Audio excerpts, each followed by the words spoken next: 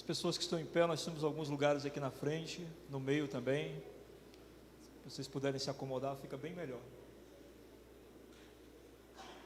Não tenham medo, esses lugares aqui na frente, eles... Às vezes algumas pessoas caem do poder, mas é raro isso acontecer. Tem lugares aqui no meio, ó. Não precisa você pagar a penitência, não. O Senhor Jesus já pagou por tudo. Amém? Vamos continuar nossa série de mensagens no Evangelho de Lucas. Nós chegamos agora ao capítulo 3. E eu queria então convidar você a abrir sua Bíblia no Evangelho de Lucas, no capítulo 3, quando nós vamos ler do versículo 1 ao versículo 20. Lucas, capítulo 3, versículo 1 ao versículo 20.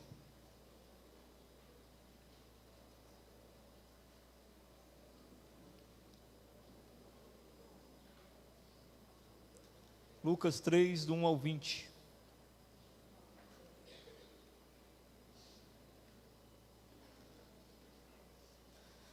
Muito bem. Diz assim a palavra do Senhor. No 15º ano do reinado de Tibério César, sendo Pôncio Pilatos governador da Judéia, Herodes, tetrarca da Galileia, seu irmão Filipe, tetrarca da região da Itureia e Traconites, e Lisânias, tetrarca de Abilene, sendo os sumos sacerdotes Anás e Caifás, veio a palavra de Deus a João, filho de Zacarias, no deserto. Ele percorreu toda a circunvizinhança do Jordão, pregando o batismo de arrependimento para a remissão de pecados, conforme está escrito no livro das palavras do profeta Isaías. Voz do que clama no deserto, preparai o caminho do Senhor, endireitai as suas veredas. Todo o vale será aterrado, e nivelados todos os montes e outeiros. Os caminhos tortuosos serão retificados, e os escabrosos aplanados, e toda a carne verá a salvação de Deus. Dizia ele, pois, às multidões que saíam para serem batizadas: raça de víboras, quem vos induziu a fugir da ira vindoura? Produzi, pois, frutos dignos de arrependimento. E não comeceis a dizer entre vós mesmos: temos por pai a Abraão, porque eu vos afirmo que destas pedras Deus pode suscitar filhos a Abraão. E também já está posto o machado à raiz das árvores. Toda árvore, pois, que não produz bom fruto, é cortada e lançada ao fogo. Então as multidões o interrogavam, dizendo: que havemos, pois, de fazer? Respondeu-lhes: quem tiver 2 túnicas, reparta com quem não tem, e quem tiver comida, faça o mesmo. Foram também publicanos para serem batizados, e perguntaram-lhe: mestre, que havemos de fazer? Respondeu-lhes: não cobreis mais do que o estipulado. Também soldados lhe perguntaram: e nós, que faremos? E ele lhes disse: a ninguém maltrateis, não deis denúncia falsa, e contentai-vos com o vosso soldo. Estando o povo na expectativa, e discorrendo todos do seu íntimo a respeito de João, se não seria ele, porventura, o próprio Cristo, disse João a todos: eu, na verdade, vos batizo com água, mas vem o que é mais poderoso do que eu, do qual não sou digno de desatar-lhe as correias das sandálias. Ele vos batizará com o Espírito Santo e com fogo. A sua pá ele a tem na mão, para limpar completamente a sua eira e recolher o trigo no seu celeiro. Porém queimará a palha em fogo inextinguível. Assim, pois, com muitas outras exortações, anunciava o evangelho ao povo. Mas Herodes, o tetrarca, sendo repreendido por ele, por causa de Herodias, mulher de seu irmão, e por todas as maldades que o mesmo Herodes havia feito, acrescentou ainda sobre todas a de lançar João no cárcere. Vamos orar, irmãos. Senhor Deus, nós somos muito gratos por essa bênção que é podermos nos aproximar de Tua Palavra. E nós queremos Te pedir que hoje nós possamos ter o entendimento do que significa o arrependimento, da necessidade que nós temos dele, e de como ele é o único caminho para que nós possamos nos aproximar do Senhor Jesus e de sua salvação. Ajuda-nos então nesta noite, para que todos que vieram aqui saiam com essa compreensão no coração. Que teu nome seja bendito, glorificado e exaltado, e que o homem que está aqui à frente possa transmitir alguma coisa que venha somente de ti, porque somente a tua palavra importa nesse instante. Em nome de Jesus. Amém. Então nós vimos anteriormente o nascimento de João Batista, como foi, e agora começa o ministério de João Batista. Começa com Lucas dando a descrição exata de qual foi o momento. Lucas é um pesquisador, como a gente viu no começo do Evangelho de Lucas, ele está escrevendo para um amigo, tentando provar para esse amigo que todas as coisas faladas sobre Jesus eram verdadeiras. Então, como ele está tentando provar isso, ele é muito minucioso. Você vai ver que Lucas é aquele que tem detalhes que nenhum outro evangelho tem. Por isso, quando ele vai falar sobre o começo do ministério de João Batista, ele detalha perfeitamente quem é que estava no poder na época. Aí no versículo 1 você vê essa citação de quais eram os principais governantes da época, daquela região ali onde Jesus realizou seu ministério. Mas tem uma coisa interessante aqui no versículo 2, que Lucas faz questão de destacar. Ele diz o seguinte, que naquele período, sendo sumos sacerdotes Anás e Caifás, veio a palavra de Deus a João, filho de Zacarias, no deserto. E isso é muito interessante da gente notar aqui historicamente, porque a Bíblia ela não pode ser somente lida por ser lida, você precisa ler também os contextos históricos dos quais ela foi escrita. E o contexto histórico aqui é espetacular. Acontece que Anás e Caifás, eles não são da tribo dos levitas, eles não são da família dos levitas. Ou seja, não sei se você sabe, não sei se você conhece, mas Deus tinha dado uma ordem, um mandamento. Somente a família dos levitas poderia assumir sacerdócio. Isso está lá no Antigo Testamento. A Bíblia, ela é Antigo e Novo Testamento, ela não se isola. Então lá no Antigo Testamento tem uma lei de Deus dizendo isso, somente a família dos levitas pode ser sacerdote. Acontece que nesse instante aqui, está havendo uma questão política, e colocaram Anás e Caifás, não por serem da família dos levitas, mas por uma questão política, ou seja, porque os governantes queriam 2 representantes do governo no centro do sacerdócio no templo. E o que Deus faz com isso? Ora, nosso Deus é espetacular.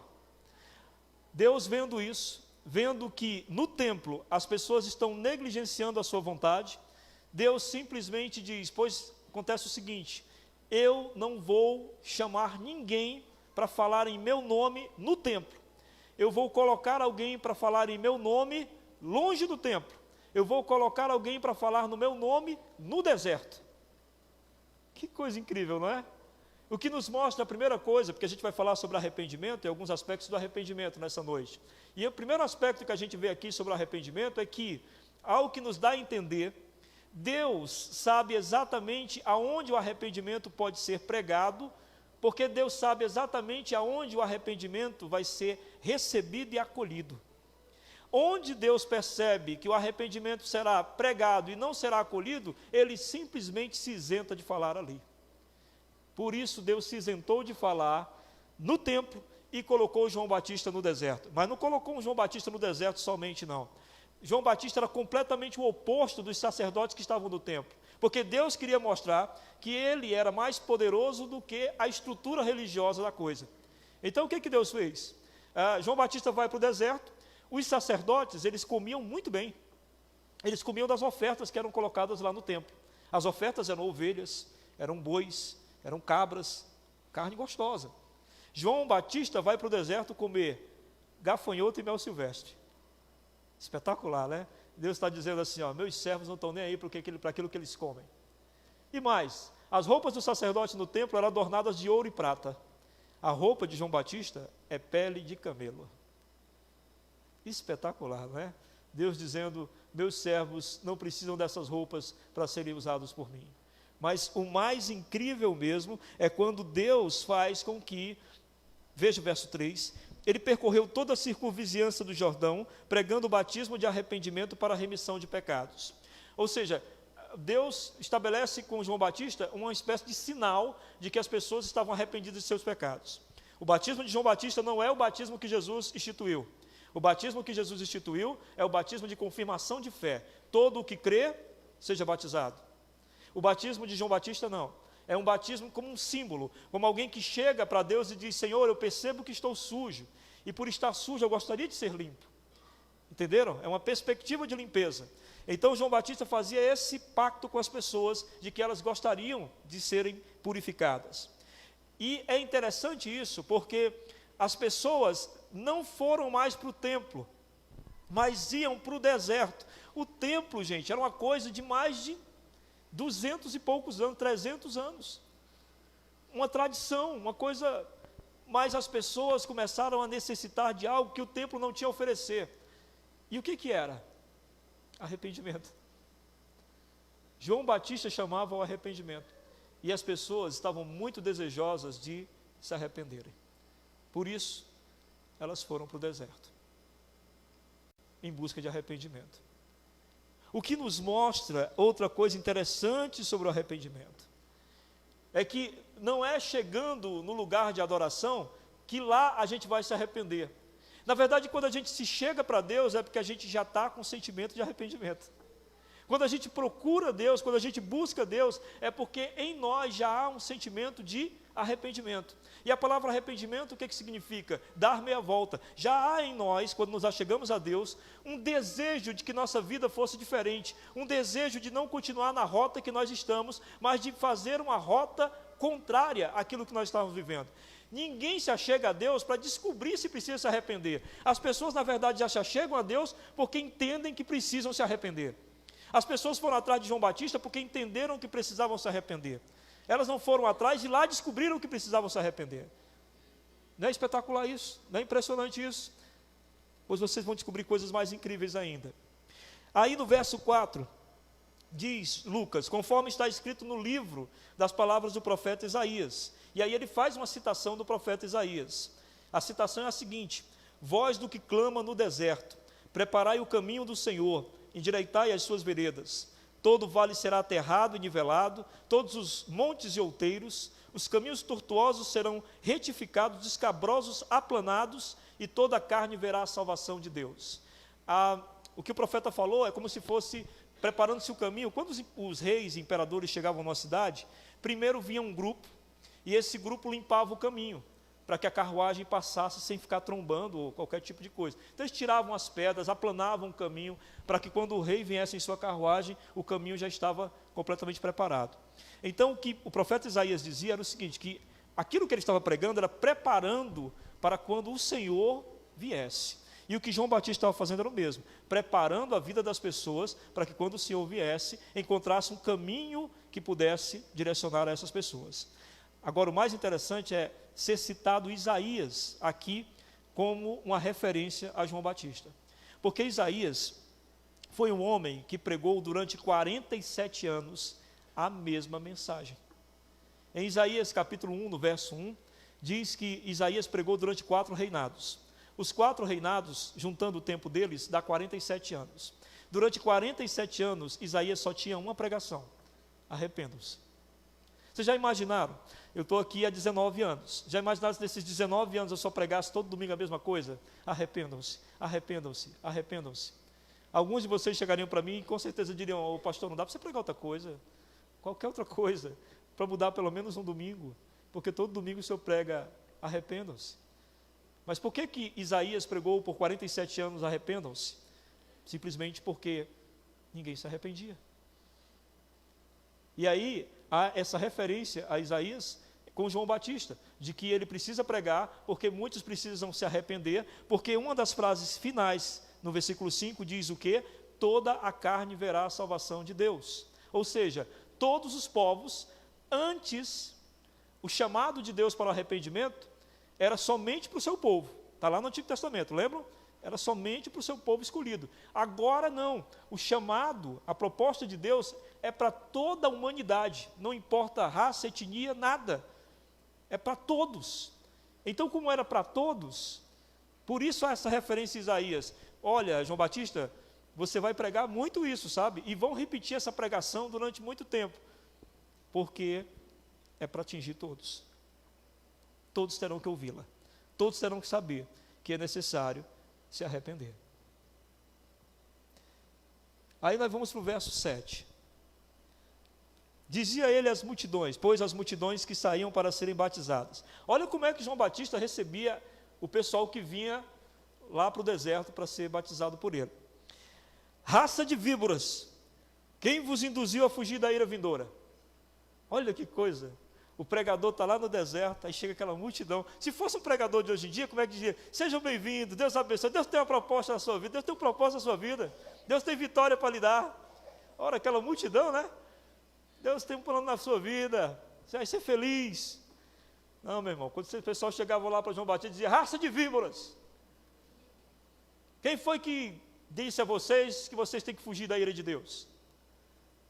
Não é fácil não, né? E do que João Batista está falando? Ele está falando da ira de Deus, ele está falando que há realmente uma ira de Deus, e é interessante que a gente entenda isso.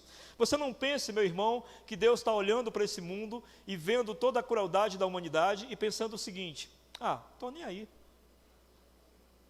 Não pense que Deus está vendo a maldade humana e dizendo, não me importo. Não é isso que a Bíblia diz. A Bíblia diz que Deus está irado, e a Bíblia diz também, no Salmo 119, que Deus se ira todo dia. Todo dia Deus se ira com a humanidade. E por isso, essa ira está sendo acumulada, e um dia, essa ira há de ser derramada sobre a humanidade. Por isso, João Batista vai e diz, quem foi que disse a vocês que Deus está irado, hein? Quem foi que mandou vocês fugirem da ira de Deus? E aí é interessante ele dizer isso, porque ele também está dizendo o seguinte, arrependimento não é ter medo de Deus. Isso não produz verdadeiro arrependimento. Uma pessoa que tem medo de Deus, ela não se arrependeu, ela está com medo de Deus, do que Deus possa fazer. A minha esposa cresceu numa igreja pentecostal. Nada contra as igrejas pentecostais, mas há igrejas pentecostais que extrapolam as coisas, os irmãos sabem disso. E a minha esposa cresceu numa igreja assim, dessas que extrapolam as coisas. E ela disse que uma das coisas que era feita quase todo domingo era dar medo ao povo.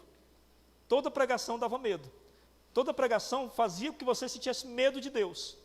Então a pessoa vivia com aquela angústia grande de que a qualquer momento Deus iria castigá-lo profundamente, porque era um Deus que marcava colado e pronto para pegar você em qualquer derrapada que você desse. Ela vivia com medo de Deus. Ela disse que demorou muito para descobrir que Deus amava e que ela podia amar a Deus também. Ela disse, muito tempo eu tive medo de Deus. E medo não leva a arrependimento. Medo é medo. Medo a gente não faz as coisas por medo. Não que a gente queira mudar de vida. É porque a gente está com medo.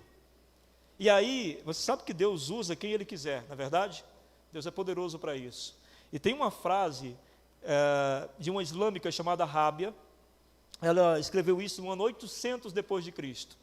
E é uma frase espetacular, falando sobre essa questão de ter medo de Deus ou não, para alcançar a salvação. Diz o seguinte, ela, se eu te adorar por medo do inferno, queima-me no inferno. Se eu te adorar pelo paraíso, exclua-me do paraíso. Mas se eu te adorar pelo que tu és, não escondas de mim a tua face. Amém? É exatamente isso que João Batista está dizendo. Vocês querem se arrepender por quê? Porque vocês estão com medo? É por isso que vocês chegaram até aqui? Porque estão com medo. E aí ele prossegue dizendo, produzi, pois, frutos dignos de arrependimento. O que ele quer dizer com isso? Olha, gente, se você se achega a Deus dizendo que está arrependido, você tem que dizer, provar para mim que está arrependido.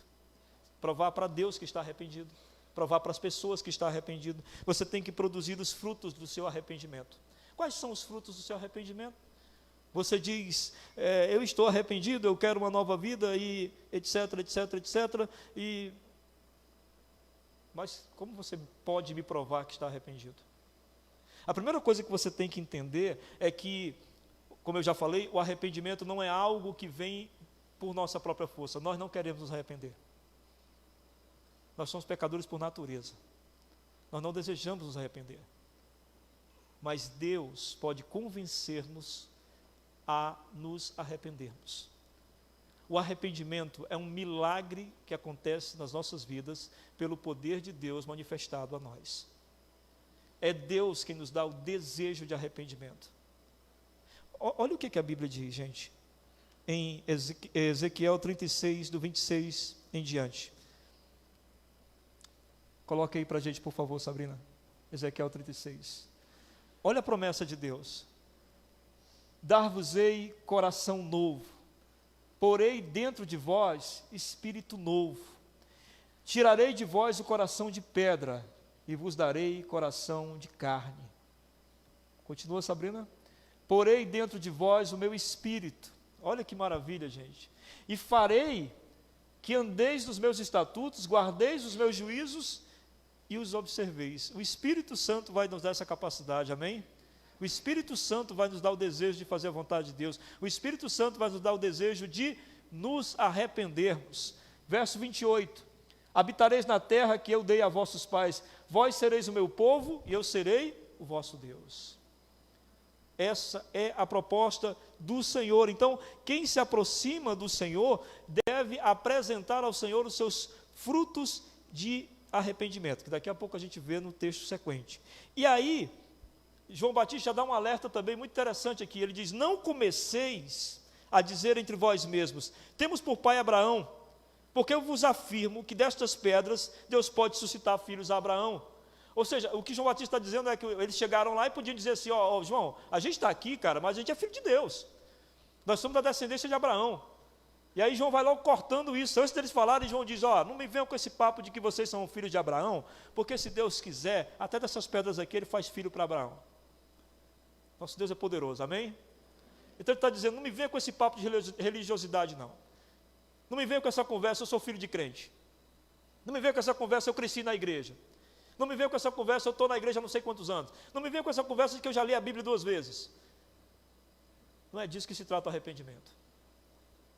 Há gente dentro da igreja há anos que não está arrependido. Acredita nisso? Há gente que congrega há anos, há filhos de crentes que não estão arrependidos. Há gente que canta que não está arrependido, há gente que prega que não está arrependido.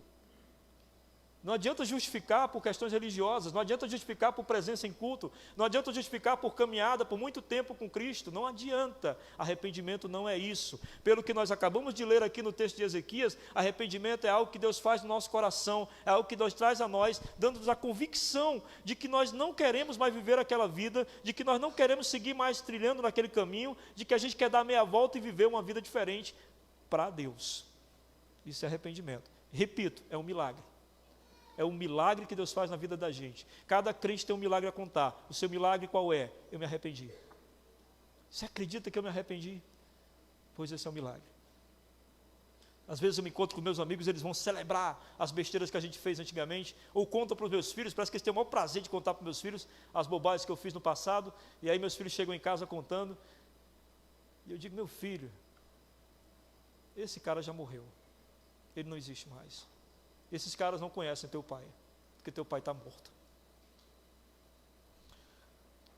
Aí João continua e diz o seguinte: também já está posto o machado à raiz das árvores. Toda árvore, pois, que não produz bom fruto, é cortada e lançada no fogo. Então João diz o seguinte: olha, o machado já está pronto para acertar as árvores. O que não der bom fruto já era. O que não der fruto de arrependimento será cortado. Quem é o machado? Nosso Senhor Jesus Cristo. Ele está chegando. João está anunciando isso. Quando ele chegar, o machado vai para a árvore. O que não der bom fruto, está fora. E aí é que está, né? Porque o nosso julgamento será de acordo com a pessoa do Senhor Jesus. Porque se eu fosse julgado com a pessoa do Bruno, era legal. Tenho certeza que ele tem umas coisas erradas lá que eu não faço. Ou eu tenho umas erradas que ele não faz. Então a gente acabaria... Mas o problema é que eu não vou ser julgado pela vida do Bruno, mas eu vou ser julgado pela vida de Jesus. E eu sendo julgado pela vida de Jesus, eu estou perdido. Ainda bem que eu vou ser julgado, porque Cristo está em mim. E quando Deus olhar para mim, não vai ver esse João Eduardo falho e pecador, mas vai ver Cristo. Amém? Então as multidões o interrogavam dizendo: que havemos, pois, de fazer? Vocês perguntariam a mesma coisa? O homem acabou de falar de um tal de fruto do arrependimento. Pois bem, nós queremos nos arrepender. Então, João, me diga uma coisa, o que é que a gente tem que fazer? Aí João é bem específico, ele olha para o grupo que está lá. No grupo que está lá, ele diz o seguinte: respondeu-lhes: quem tiver 2 túnicas, reparta com quem não tem. Quem tiver comida, faça o mesmo. Foram também publicanos. Publicanos são cobradores de impostos, para serem batizados, e perguntaram: mestre, o que havemos de fazer? E ele disse: não cobreis mais do que o estipulado, não roubem ninguém, não cobrem imposto além do que deve ser. Também soldados lhe perguntaram: E nós, que fazemos? E ele disse: a ninguém maltrateis, não faça denúncia falsa e contentem-se com o seu salário. Qual é o primeiro fruto do arrependimento? Vocês conseguiram perceber com o que João está falando aqui? O primeiro fruto do arrependimento é o amor ao próximo. Perceberam? O primeiro fruto do arrependimento é o grande mandamento: amarás o Senhor teu Deus acima de todas as coisas, por isso você vai desejar fazer a vontade dele, e amarás o próximo como a ti mesmo. Note como ele ama o próximo a si mesmo. Viram aqui o que ele disse? Quem tiver 2 túnicas, reparta com quem não tem. Quem tem comida, reparta com quem não tem. E aí ele fala para os publicanos: não cobrem nada além do que você deve cobrar dos outros. Amor ao próximo. Estão entendendo aqui? Amém? Estão percebendo? E aí ele fala dos soldados: a ninguém maltrateis, não deis denúncia falsa, contentem-se com o que vocês ganham, não vão tomar o dinheiro dos outros. Ele está falando de amor ao próximo. O fruto do arrependimento é amar a Deus acima de todas as coisas e o próximo como a si mesmo. Você está arrependido? Como é que você vai provar isso? Você vai provar isso provando que você ama a Deus acima de todas as coisas e o próximo como a si mesmo. E como é que você vai provar isto no seu dia a dia? O apóstolo Paulo falou isso em Efésios. O texto é espetacular. Porque assim, o fruto do arrependimento qual é?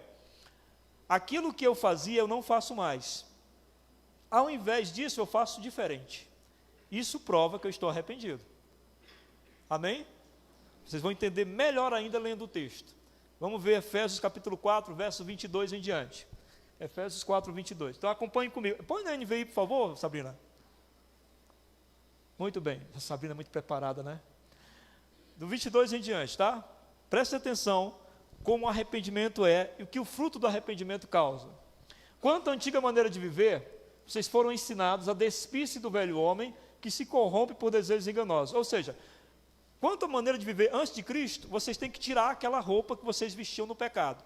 É como alguém que chega do trabalho, tem uma farda, ele tira a farda e veste uma outra roupa mais suave para continuar a vida dele. Não vai ficar fardado na vida toda. Então assim Paulo está dizendo, você precisa tirar aquela roupa de pecado, você precisa tirar aquela sua postura de pecado. Continua. A serem renovados de modo de pensar e a revestir-se do novo homem criado para ser semelhante a Deus em justiça e em santidade proveniente da verdade. Portanto, olha só, começa o arrependimento. Cada um de vocês deve abandonar a mentira. Um crente não deve mentir, ok? Mas veja bem, abandonar a mentira e falar a verdade.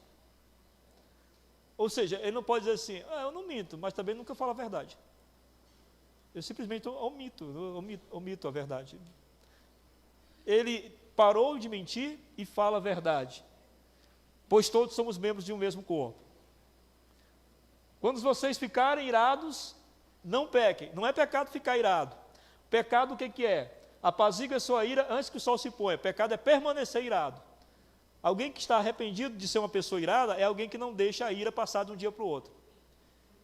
Continue. Não dê lugar ao diabo. Agora que é legal. Veja só. O que furtava, não furte mais. Beleza, o cara se converte ao ser ladrão. Você não pode mais roubar, rapaz. Mas qual é o fruto do arrependimento do cara? Antes, trabalhe fazendo algo de útil com as mãos, para que tenha o que repartir com quem tiver necessidade. Ele era ladrão antes, qual é o fruto do arrependimento dele? Ele agora trabalha, mas não trabalha só para ganhar o dinheiro dele, não. Ele trabalha para ganhar e abençoar os outros, porque ele tomou muito dos outros. E agora ele trabalha para ajudar os outros. Esse é o fruto do arrependimento. Perceberam como é incrível isso? Você tem fruto de arrependimento? Vamos em frente. Nenhuma palavra torpe sai da boca de vocês. Palavra torpe não é só palavrão. É a palavra que magoa o outro, maltrata o outro, ou falar mal dos outros. Pensar mal dos outros já é pecado. Falar mal é pecado 3 vezes. Então, não sai nenhuma palavra torpe da vossa boca. Aí como é que eu mostro o fruto do arrependimento? Mas apenas a que for útil para edificar os outros. O cara vivia falando mal dos outros, a menina vivia falando mal dos outros. Se converteu, qual é o fruto do arrependimento dela? Ela agora vive falando bem das pessoas. Ela procura coisas boas para falar das pessoas. Esse é o fruto do arrependimento. Conforme a necessidade, cada um conceda graça aos que ouvem. Continua, Sabrina. Não entristeça o Espírito Santo de Deus. Quantos de nós aqui entristecemos o Espírito Santo de Deus quando estávamos na vida pecaminosa? Aí o que ele diz aqui? Com o qual foram selados para o dia da redenção. Mas, livrem-se de quê?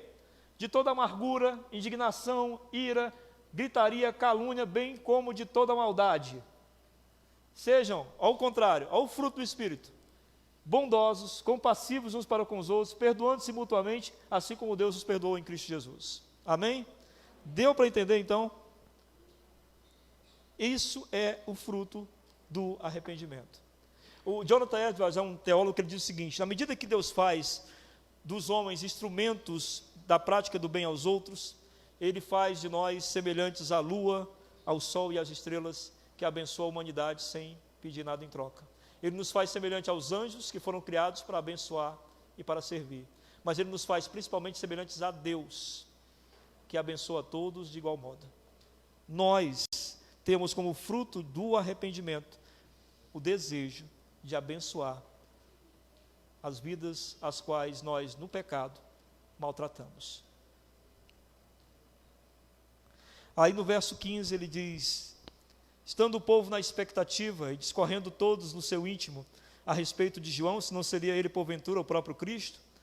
Ou seja, as pessoas viram ele falando com aquela autoridade e pensaram: poxa, ele deve ser o Cristo, veio para nos salvar, é o nosso Salvador prometido por Deus lá no Antigo Testamento. Mas João disse o seguinte: eu na verdade vos batizo com água, mas vem o que é mais poderoso do que eu, do qual não sou digno de desatar-lhe as correias das sandálias. Desatar as correias das sandálias era a tarefa do servo mais pequeno da casa. O servo que fazia as piores tarefas era o que desatava as sandálias de quem chegava como visitante. O visitante chegava, aquele servo corria, desatava as sandálias e lavava os pés. Então João diz assim: eu não sou esse servo, imagina só, eu não tenho nem a capacidade de desatar as sandálias dele e lavar os pés dele. Tamanha honra que ele tem diante de mim. E aí ele vai e diz o seguinte: ele vos batizará com o Espírito Santo. Não foi isso que Ezequiel prometeu? Estão lembrados do texto que a gente leu de Ezequiel? O Espírito Santo viria sobre nós, nos revestiria e nos daria a capacidade de sermos arrependidos e de buscar a Deus. Amém? Então a promessa é essa: ele vos batizará com o Espírito Santo. A palavra batismo é: ele vai mergulhar vocês no Espírito Santo, de maneira que o Espírito Santo tome de conta de todo o ser de vocês. Nós não temos nenhuma desculpa para não obedecer a Deus. Se o Espírito Santo de Deus está em nós, há capacidade para obedecê-lo, porque o Espírito Santo de Deus está em nós. Amém? E aí ele diz: vos batizará com o Espírito Santo e com fogo. Aí tem muita gente que pensa que ele está fazendo uma associação do Espírito Santo com fogo. Não é, não. Ele não está dizendo que o Espírito Santo é fogo, nesse sentido aqui, não. Ele está dizendo que o fogo é o julgamento. Ele vai derramar o Espírito Santo para a transformação e o fogo para o julgamento. Ah, onde é que está isso, pastor? No versículo seguinte. É só ler o contexto. O que o contexto diz no 17? Ainda falando do mesmo assunto. A sua pá ele a tem na mão, para limpar completamente a sua eira, recolher o trigo no seu celeiro. Somos nós, amém? Vocês estão fracos, eu sou o trigo no celeiro, amém? Não, se vocês não são, não tem problema, eu estou pregando aqui, aí é com vocês, eu sou o trigo no celeiro. Ele vai recolher o seu trigo no celeiro, porém, preste atenção no fogo, queimará a palha em fogo inextinguível, em fogo que não cessa. Você sabe o que diz lá em Hebreus 12, 29? Deus é um fogo consumidor. Eu sei que esse discurso é terrível e não é bom ser pregado na televisão, porque esse é o Evangelho. O Evangelho diz que Jesus veio ao mundo para nos salvar da ira vindoura, da ira de Deus. O Evangelho diz que Deus está tão irado com o pecado, que se você quer saber o tamanho da ira de Deus em relação ao pecado, veja o que Ele fez com o seu próprio Filho, Jesus Cristo, quando este tomou sobre si o pecado da humanidade. Vocês viram o que aconteceu com Jesus? Pois ali é o resultado da ira de Deus sobre o pecado. Naquele instante, Deus não estava olhando para Jesus, mas para o pecado, para o pecador, para o ladrão, para o mentiroso, para o orgulhoso, para o prepotente, para todos os pecados que nós cometemos, estava em Jesus. E o Pai tratou dessa forma o pecado. Jesus tomou para si a ira de Deus, e todo aquele que nele crê, confia nisso, que a ira de Deus foi derramada sobre Jesus, é o cálice que ele disse: Pai, afasta de mim esse cálice. Mas esse cálice foi derramado, o cálice da ira de Deus sobre Jesus, para que esse cálice não viesse sobre nós que nele cremos. Nós que dizemos que cremos em Jesus e na sua salvação, não teremos a ira de Deus sobre nós. Mas aqueles que não confessaram Jesus como seu Senhor e Salvador, a ira de Deus está reservada para o dia final. Uma vez uma pessoa me perguntou por que eu fico tão nervoso quando prego. Porque essa mensagem vale a vida eterna das pessoas. Porque falar o Evangelho mesmo, do jeito que ele está na Bíblia, tem um preço. Alguns aqui podem estar me odiando agora e talvez dizendo, que coisa absurda, eu confio num Deus de amor, eu confio num Deus isso, eu confio num Deus aquilo. Acontece que a Bíblia também diz que Deus é amoroso sim, tão amoroso que olhou para nós e disse, eles não podem ficar sem um Salvador. E por isso enviou a salvação. Mas é também um Deus justo, que não pode olhar para a maldade e permitir que a maldade fique sem julgamento. Seu julgamento é o fogo inextinguível de Deus. Seu julgamento é o fogo que o Senhor Jesus tomou sobre si, para que nós não tivéssemos nenhuma condenação. Mas sabe, como eu disse, esse discurso, ele é terrível. As pessoas, na nossa cultura racional e hedonista, né, as pessoas só pensam em si, e elas querem que Deus seja um Deus que existe para servi-las. Então, dentro dessa nossa cultura, esse discurso não existe. As pessoas, que é isso? Isso não existe. Deus me ama, Deus quer o melhor para mim, Deus isso, Deus aquilo. Como se Deus não tivesse autoridade sobre aquilo que Ele criou. Sabe o que acontece com quem prega esse tipo de evangelho? Vou lhe mostrar. Está no verso 18. Assim, pois, com muitas outras exortações, com muitas outras pregações semelhantes a essa, anunciava o evangelho ao povo. Mas Herodes, o tetrarca, sendo repreendido por ele, por causa de Herodias, mulher de seu irmão, e por todas as maldades que o mesmo Herodes havia feito, acrescentou ainda sobre todas a de lançar João no cárcere. João foi preso, porque pregava isso, e foi decapitado. Esse é o preço do evangelho. Esse é o preço de pregar o evangelho, de falar a verdade divina. Um pastor amigo meu uma vez foi convidado para pregar numa igreja. Ele é um senhor já de bastante idade, ele deve ter uns 88 anos, mas ele prega assim, sabe, ele é um cara fantástico. Eu sou muito fã dele, eu espero poder chegar aos 88 anos. Ele é um cara espetacular. E ele foi convidado para pregar numa igreja, porque o pastor tirou férias, ele foi convidado para pregar 4 domingos lá. E ele resolveu pregar sobre o temor a Deus. Por que devemos temer a Deus? E ele disse que pregou os 4 domingos lá, e cada domingo que ele pregava ia diminuindo o número de pessoas. Cada domingo, até que no último domingo não tinha quase ninguém, ele disse. Era uma igreja pequena, de 100 e poucas pessoas, e no último domingo devia ter umas 20. E aí ele disse que não ligou para isso.